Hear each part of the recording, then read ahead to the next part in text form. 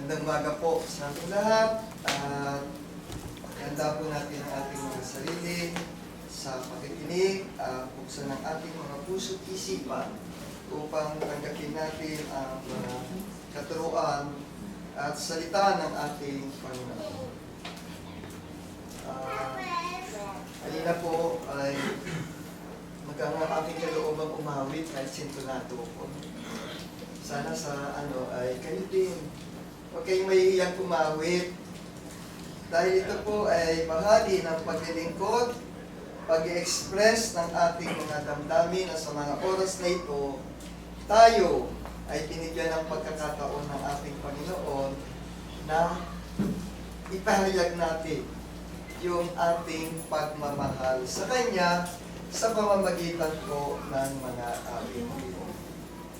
Kaya kahit sintonado, kung alam yung sintonado, hinaan natin.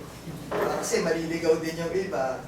Pero kung alam nyo yung lyrics, sige po, umawit kayo. Huwag nyo itago yung damdamin ng bawat isa sa inyo. Natutuwa ko, napakadami po natin sa umagang ito. Okay. At ito'y nagbibigay sa amin ng motibasyon, inspirasyon, upang lalo kami maglingkod sa inyong mga harapan.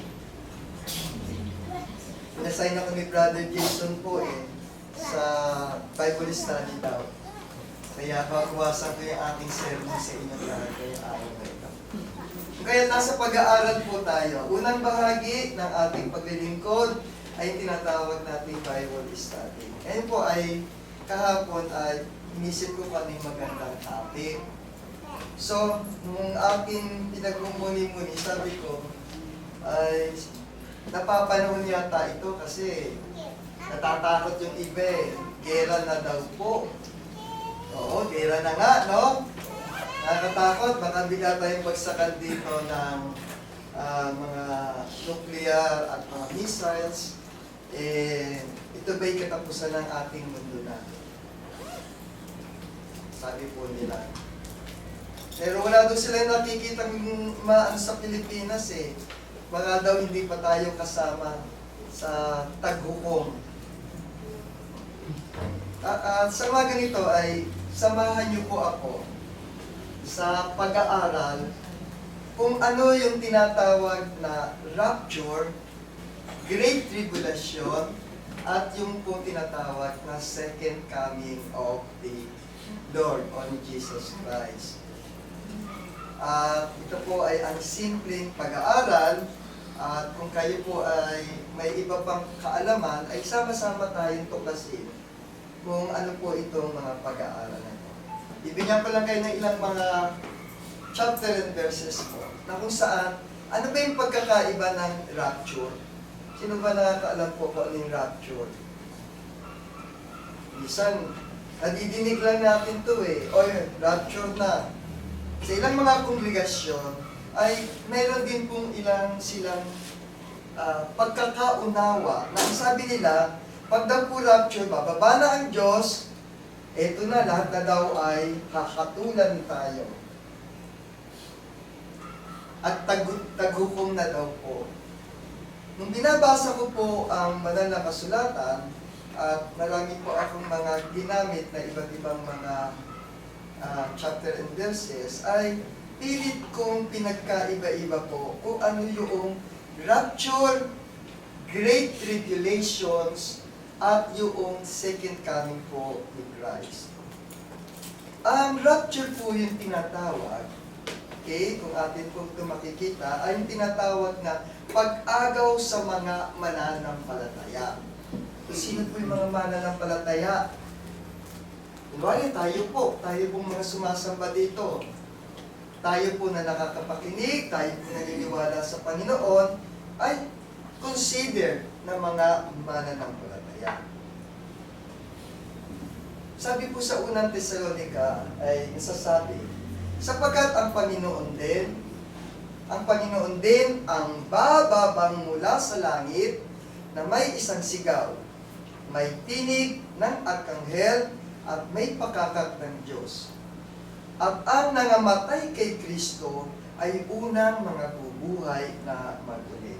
Kung magkagayon, tayong mga nangabubuhay na nangatitira ay aagawin kasama nila sa mga alapaap upang salubungin ang Panginoon sa hangin at sa ganito'y sa Panginoon ay.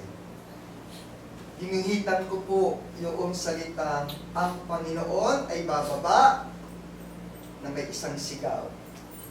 Hinuhitan ko po yung salitang nangamatay kay Kristo ay unang mga mabubuhay.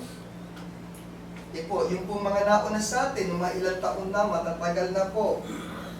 Magnabubuhay po sila, at tayo naman pong mga nangabubuhay na nangatitira ay kukunin sa Panginoon.